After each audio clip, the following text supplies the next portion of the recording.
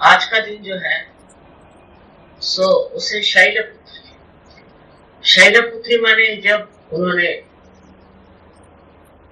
हिमालय में जन्म लिया था पहले, तो इसलिए उनको शैलपुत्री कहते हैं। और फिर इसमें और भी उनके नाम है, लेकिन शैलपुत्री की विशेषता ये है कि उनका प्रथम जन्म शैलपुत्री के रूप से। तो हिमालय की उस ठंड में देवी का जन्म हुआ और जो कुछ भी उन्हें करना था वो वही सीमित था शैलपुत्री।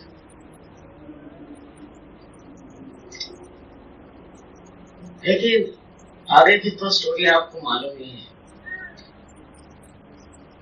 कि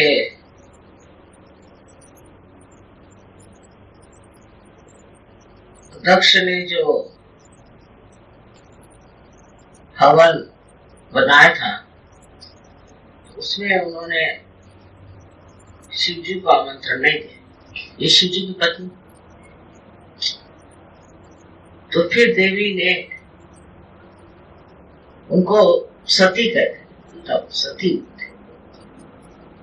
उन्होंने जा करके हवन कुंड में अग्नि में अपनी आहुति दी। तब शिव जी आए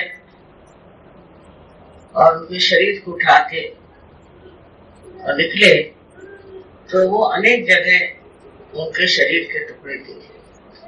और उस जगह हम लोग मानते हैं कि देवी की शक्ति है, जैसे विंध्याचल में है हर जगह, तो उनकी शक्ति वहां विचरण करती है, ऐसा कहते हैं।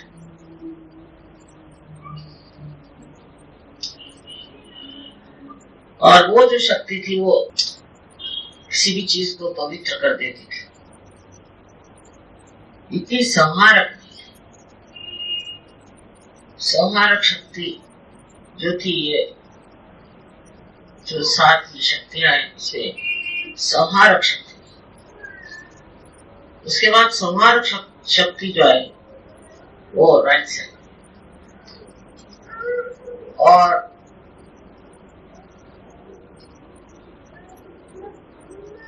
जैसे राइट साइड में है सावित्री, गायत्री आदि राइट साइड। पर संहारक शक्ति का जो प्रादुर्भाव हुआ, मतलब एक दिशा लेफ्ट में नहीं, एक दिशा राइट, और जो संहारक शक्ति है वो सेंटर। तो उसमें आप देखते हैं कि देवी के अनेक रूप, हार्ट चक्र, जैसे दुर्गा है और भी उनके रूप है, जिसने उन्हें संहार किया। वो हृदय पे विराजमान, हृदय चक्र पे, हमारे हृदय चक्र में वो विराज थे। तो इस हृदय चक्र की एक शक्ति तो यह है कि अगर कोई आपको परेशान करे या आप पे आघात करे, ये आपको दुविधा में डाल दे,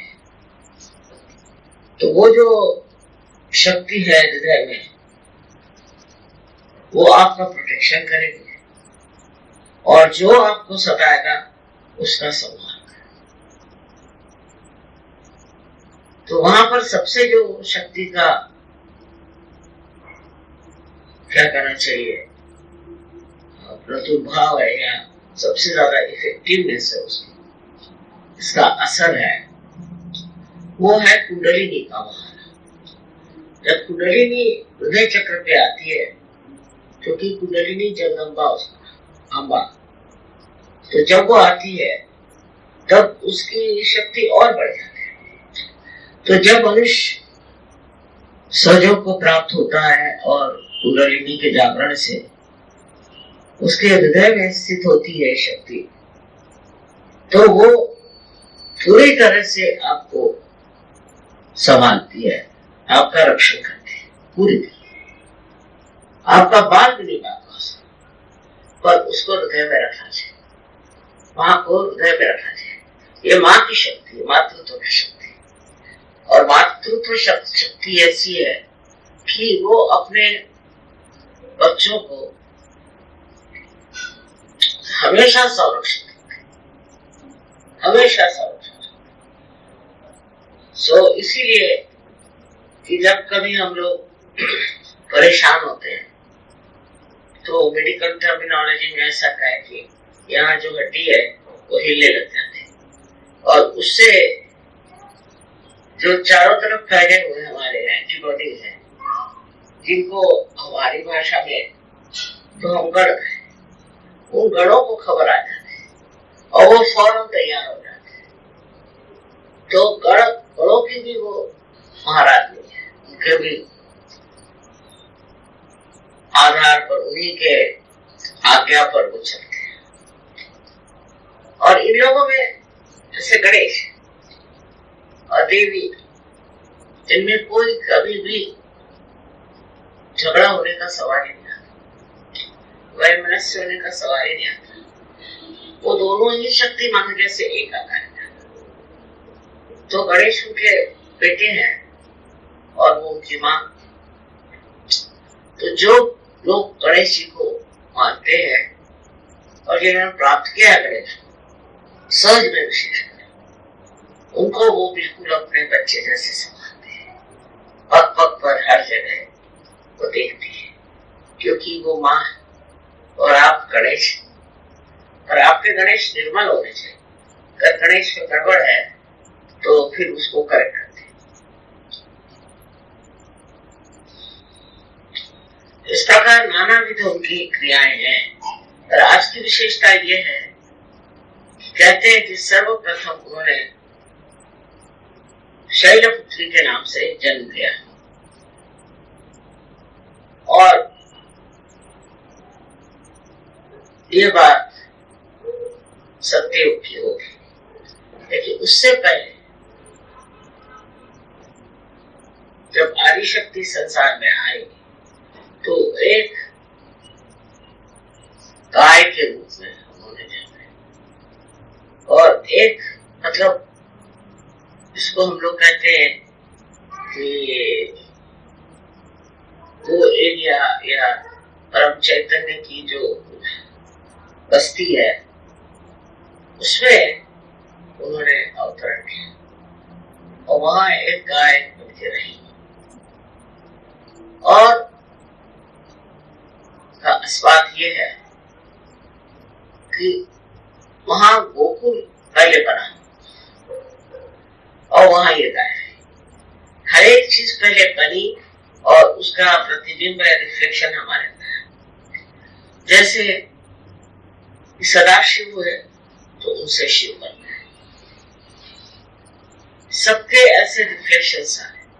उसी प्रकार देवी का, देवी का प्रादुर्भाव जो हुआ वो तो पहले जब जन्म लिया मनुष्य रूप में तो शैलपुत्री है, इसलिए आज का बड़ा महत्व है। लेकिन उस दशा में जहां के मैं बता रहे हूँ, जिसको आप कहते हैं परम चैतन्य की जो व्यवस्था है, स्वर्ग कहिए चाहे जो भी कहिए, उसमें उन्होंने आदि शक्ति के नाम से जन्म लिया, और वो एक गाय की स्वरूप थी। इसीलिए हम लोग गाय को नहीं मानते, क्योंकि वो माँ है। और वो भी यहाँ की गाय में और फॉरेन की गाय में बहुत फर्क है। उनकी शक्ल और होती, उनकी बिल्कुल अलग होती है। मुझे याद है मेरी लड़कियां छोटी थी, ग्रैंड डॉटर्स, तो पूछती है कि नानी यहाँ की भैंसें सफेद क्यों है? तो भैंस में और गाय की एक्सप्रेशन में कोई फर्क ही नहीं, तो अब वो ही आदिशक्ति के लिए जन्म लेने का समय नहीं था, क्योंकि पहले आप जानते हैं कि द्वापर त्रेता आदि होते गया, वो कलयुग में उनको आना था, क्योंकि सारे ही चक्रों को लेकर, सारे ही देवियों को लेकर, सारी ही शक्तियों को लेकर के कलयुग में आना पड़ा, नहीं तो कार्य नहीं। इतना घोर कलयुग, इस घोर कलयुग में कार्य करना बड़ा कठिन, और उसमें महामाया स्वरूप है, क्योंकि घोर कलयुग में अगर कोई जाने की आदि शक्ति तो ऐसी मारने को दौड़े, इसलिए महामाया बने। और पहले का जो था स्वरूप तो वो इस तरह महामाया स्वरूप नहीं था, वो पूरा खुला प्रचंड था, क्योंकि उन दिनों में ऐसी कोई बात नहीं थी कि देवी को कोई मार डालेगा। वो जमाना और था जैसे कहते, अब वो भी उनका जन्म जो हुआ हिमालय के गोद में, और उसके बाद विवाह शिव जैसे महान शक्तिशाली साधु। तो बहुत बार लोगों को ये प्रश्न होता है कि एक नवरात्रि ये है, एक नवरात्रि, और एक देवी के लिए कहते हैं कि महाकाली है, महासरस्वती है, सब है, लेकिन सब आदि शक्ति के ही अंग प्रत्यंग है। और एक जो प्रादुर्भाव हुआ वो भी ऐसे टाइम में हुआ कि जिस कार्य को करना था, जैसे अब आपके मेरठ में शाकंभरी देवी का प्रादुर्भाव हुआ कि उनमें ये शक्ति थी कि वो उपज को बढ़ाती थी। हम भी जब मेरठ में थे तो हमने बहुत वहां खेती बाड़ी करी, तो इतने बड़े बड़े बैंगन आप खा नहीं सकते, बड़े बड़े टमाटर और ककड़ियां इतनी मोटी इतनी लंबी, उस समझ में नहीं आता था लोगों को। हमें तो 5 अच्छे प्राइजेस मिले। वो शाकंभरी देवी की शक्ति है। तो जहाँ जिस शक्ति का प्रादुर्भाव होता है वहाँ ये शक्ति जो भी हो वही कार्य में ज्यादा लगती है।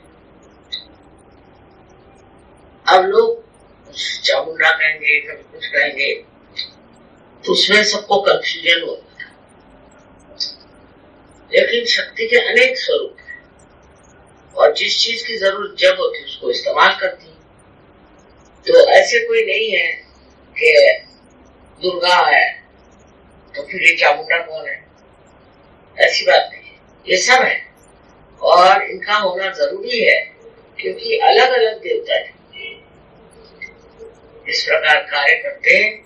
ऐसी देवी भी शक्ति स्वरूप है, और देवी के बगैर कोई भी अवतरण कुछ नहीं कार्य कर सकता, चाहे वो गुरु हो और वो चाहे रामावतार में हो या कृष्णावतार हो, क्राइस्ट हो, कोई हो, सबके पीछे में एक देवी की शक्ति है। इसलिए हमारे देश में माँ को इतना मानते हैं लोग। एक्चुअली ऐसा कहना चाहिए कि भारतीय जो है शक्ति पुजारी है, बाकी ऐसी चीजें पर चली, ये हुआ, झगड़े करते हैं, पर वास्तविक सब लोग शक्ति पुजारी। जो विष्णु को मानते हैं वो भी शक्ति पुजारी है, जो शिव को मानते हैं वो भी शक्ति पुजारी है, क्योंकि माँ को तो कोई नहीं बांट सकता। तो ये ऐसी बड़ी भारी संस्था माँ की अपने देश में है, और उसके लिए हमें बड़ा आदर